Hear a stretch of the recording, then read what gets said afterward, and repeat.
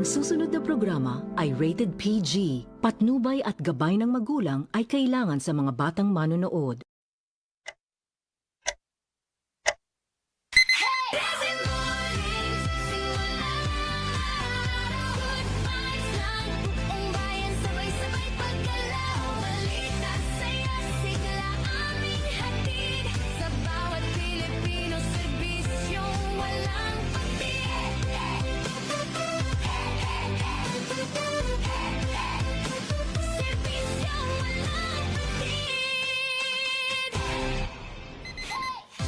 Yun, happy! morning! Ano ba to? Thursday! Good morning! Okay. Isang kembot na lang. Isang kembot na lang po ay Biyernes na. At ito ay payday, ha? Payday ngayon, Yes, ha? tsaka long weekend. Long diba? weekend. Starting bukas. Labor Day Oo, Labor Day bukas. At kaway-kaway po dyan, ha? Sa mga nakasiklib, sa mga... Ayan na. Para masulit yung long weekend. Para masulit manood ng 13 morning. Yeah. Ayan. Yung mga naka-SL po dyan, yung mga scheduled leave. Yeah. Tapos yung... tapos yung isa pa ay sakit-sakitan leave. Ayan, ha? Good morning po sa inyo. Gising at bangon na Pilipinas. Araw po ngayon ng Huwebes, April 30. Isang bagong umaga, isang bagong laban. Ang ating haharapin ngayong araw, isang akbang na lang. Weekend na po, kaya naman hayaan niyo po kaming samahan kayo sa huling araw ng Abril. Oo nga pala. Yes, last day na. Ganun lang? Oo.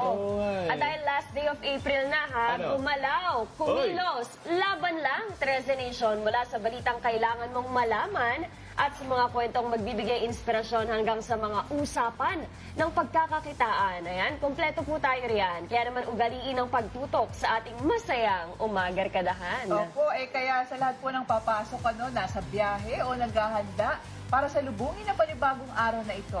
Ito na ang sign mo. Simulan po natin ang araw na may lakas, may saya, at may paninindigan. Dahil hindi lang ito simpleng umaga kapag kami po ang Yun, kasama. hindi na talaga simple. Dahil tulad ng dati, walang maiiwan. Nandito kami para samahan kayo. Ito ang morning show na wag mong bibitawan. Ito ang... Treasure Mornings! Ayan. Ayan, narito na po yung mga dapat nating abangan. Presentation. Ito mga sign na hinahanap mo para mag-resign. Ayan na nga. Sa trabaho. Pag-uusapan natin yan. Mamaya lamang. At ito naman ha, hotdog na paborito ng karamihan Oy. sa agahan. Ila-level up natin yan kasama ang ating pambansang chef sa Kusina Hacks. At i-achieve natin ang perfect pose at perfect pic kasama ang ating mga fur kid sa naiibang photography. Mamaya na rin po yan. Photography pala. Yes. At syempre po, ang masarap na cashew nuts from Bataan at iba pa. Ang tampok sa ating kita ko, kita mo. Kaya naman, Treasure Nation, sabay-sabay nating tutukan ang inyong pinakabagong morning tambayan kung saan updated ka sa lahat ng dapat mong malaman. Dito pa rin yan sa paborito niyong morning show na patuloy na manggigising sa inyo. Ito ang... Treasure Morning!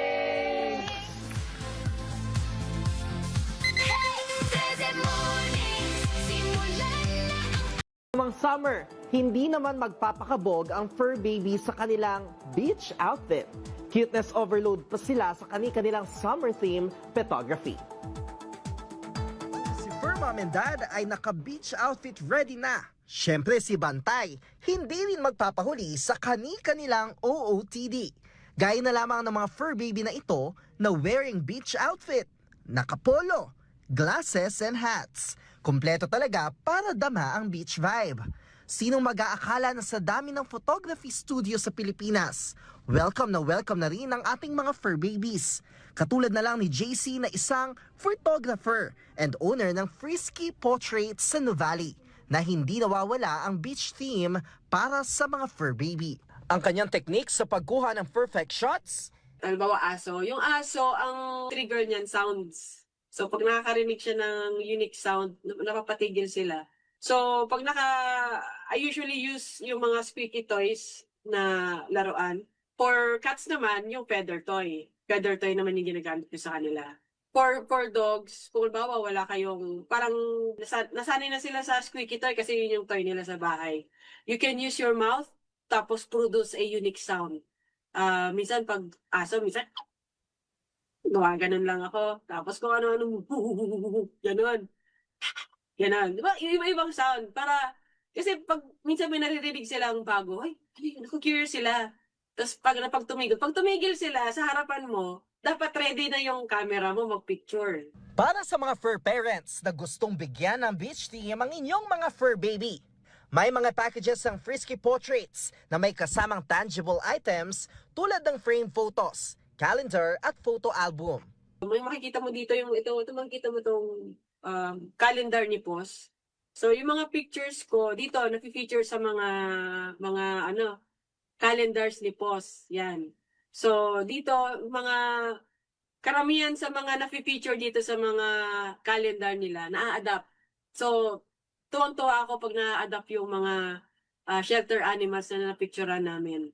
Hindi pa dyan natatapos sa mga offers nila. May home service, outdoor shoot at pet studio din sila. At hindi lang aso at pusa ang kaya nilang i-cater.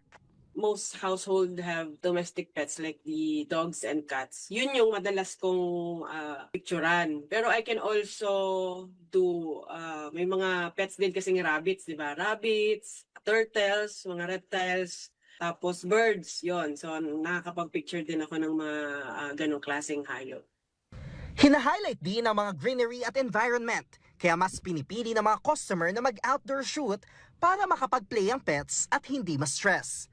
Tinitiyak din ang safety ng mga pets lalo na kapag na-overwhelm sila sa bagong environment. Mag-chat muna kami ng pet parent. Siyempre, kailangan kong kilalanin or alamin yung do's and don'ts when it comes to their dogs or cats. No, so aalamin ko yung temperament nila, ano yung motivator nila, are they motivated with toys or are they motivated with treats? Yun inaalam ko yun. Kasi yun yung magiging tools ko for getting their photographs. So aalamin ko yan. And then pagdating sa session, may parang getting to know kami ng pet. So syempre, I make sure na calm yung environment, hindi tense, kumbaga yung mga pet parents. Kaya ngayong summer, why not subukan ang pet photography para ma-showcase ang cuteness ng inyong pets this summer season. Hey, there's more.